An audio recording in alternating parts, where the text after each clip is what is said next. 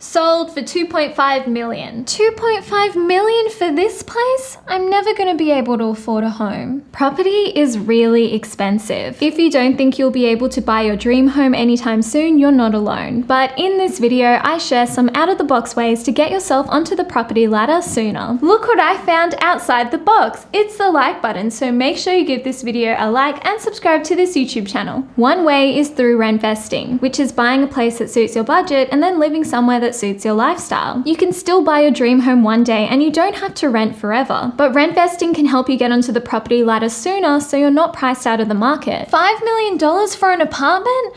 I should have gotten onto the property ladder earlier. Some more affordable areas that you could consider rentvesting include regionally in your state or perhaps even in another city or state. And these are the benefits of rentvesting. You could potentially get better value for money. You could potentially also get a cash flow positive property, which means that the rent pays for the mortgage and all of the property expenses and then some. You also get to get your foot on the property ladder earlier because it's more affordable. And you could potentially reduce your living expenses as well when you are renting, because typically in some areas, especially in capital cities, the rent doesn't always pay for the mortgage. And you'll also get all of the flexibility that comes with renting. By having an investment property, you can also get tax benefits as well, including holding costs and also depreciation costs on investment properties. And these are the cons of rentvesting. When you own the place you live in, you are exempt from paying capital gains tax. However, when you do buy an investment property, you are liable for capital gains tax. You also have less control over the property you live in, and you're unable to make it your own. Wait, so you're saying I can't change this wallpaper because I'm renting? And there is no stamp duty waiver for investment properties when it is your first purchase, whereas there may be a stamp duty exemption if you are a first home buyer. Terms and conditions on these schemes do apply. So which one will give us a better return in the long term,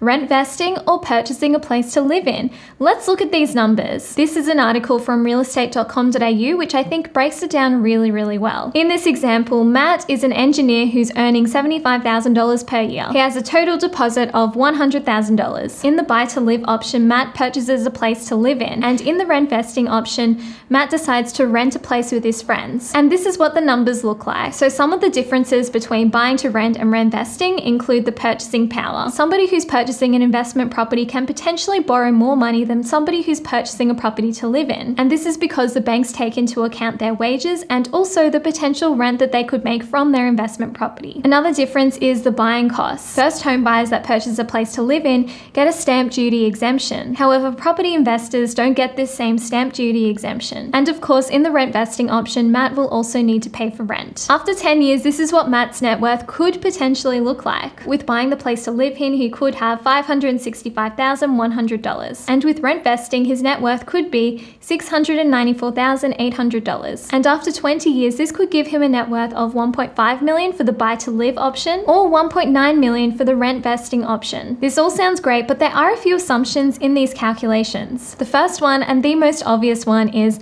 Matt would have to rent in a share place for 20 years, which is unlikely that he would do this. After a few years of rentvesting, he could potentially use some of his property equity to purchase another property to live in, or he could sell his investment property and purchase his dream home. This is just an example of what this could look like, and I think what it really goes to show you is that rentvesting can be a really great option for a lot of people. Another way to invest in property is through a REIT, which is a real estate investment trust. This allows you to invest in shares and then purchase it like a stock on the stock exchange. Your money essentially gets pooled together with other investors to buy and manage property. And when the tenants pay rent, you get paid too. And when the property rises in value, you also benefit from that. There are many different types of REITs that you can choose from. There are REITs that invest in retail property, which includes things like shopping centers, grocery stores, and outlet stores. There are also industrial property REITs, which invest in warehouses and distribution centers. There are residential REITs, which invest in student accommodation, apartment buildings, and standalone homes. There are also office REITs, which invest in high-rise office buildings and commercial properties. And there are REITs that invest in a diversified range of different properties. One of the best things about REITs is the income that you can potentially get from them. All REITs pay dividends on capital gains and also rental income. And because of their structure, most REITs pay out 90% of their profits to shareholders holders or unit holders. And unlike company dividends,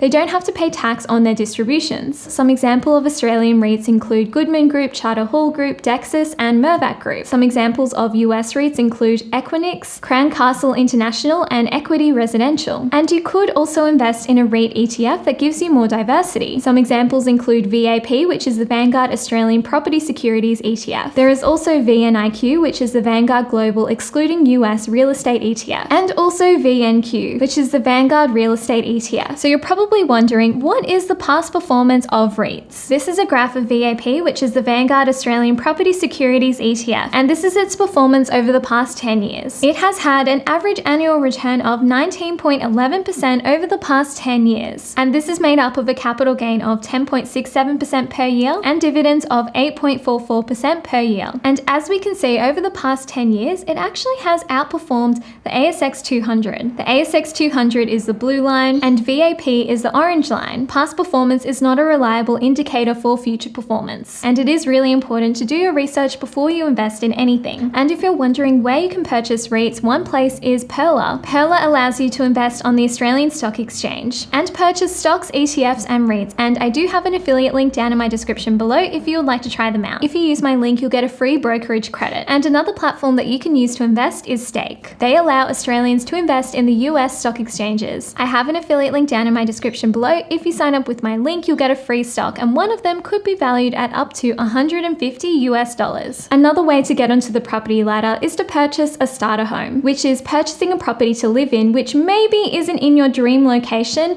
or your dream home per se. It's not my dream home, and I do have to share my room with a family of rats, but at least it's a start. This allows you to get onto the property ladder earlier, and then you can potentially upgrade your home later on down the line. And this is what Pablo and I did. We live in a 2-bedroom apartment, not in a very expensive area of Sydney. It's not our dream home, but it does meet all of our requirements, and it is perfect for us at the moment. The great thing is we don't have to pay rent anymore. And we got to renovate our apartment and increase its value over the past 2 years. So this is how we renovated our place. So we've completely renovated this kitchen. We got our property revalued and it was worth more money. So we were able to take out some of our home equity to invest in the stock market. However, we could have used this home equity to also purchase an investment property as well. So I think it really goes to show you that you do have a lot of options when it comes to investing in real estate. Even if you do buy a place to live in, you could still use some of that equity as an investment. And in a few years, if we do want to upgrade to something bigger, we can choose to either sell this place or rent out this place and then purchase something new. By purchasing this starter home or this starter apartment, it has given us a lot of options in what we can do. So we still have our foot on the property ladder, even if it isn't our dream home at the moment. Give this video a like and subscribe to this YouTube channel. Your secret code word is value. So write me a comment below with the word value in it just so I know who watched this video all the way through. Thank you, see ya!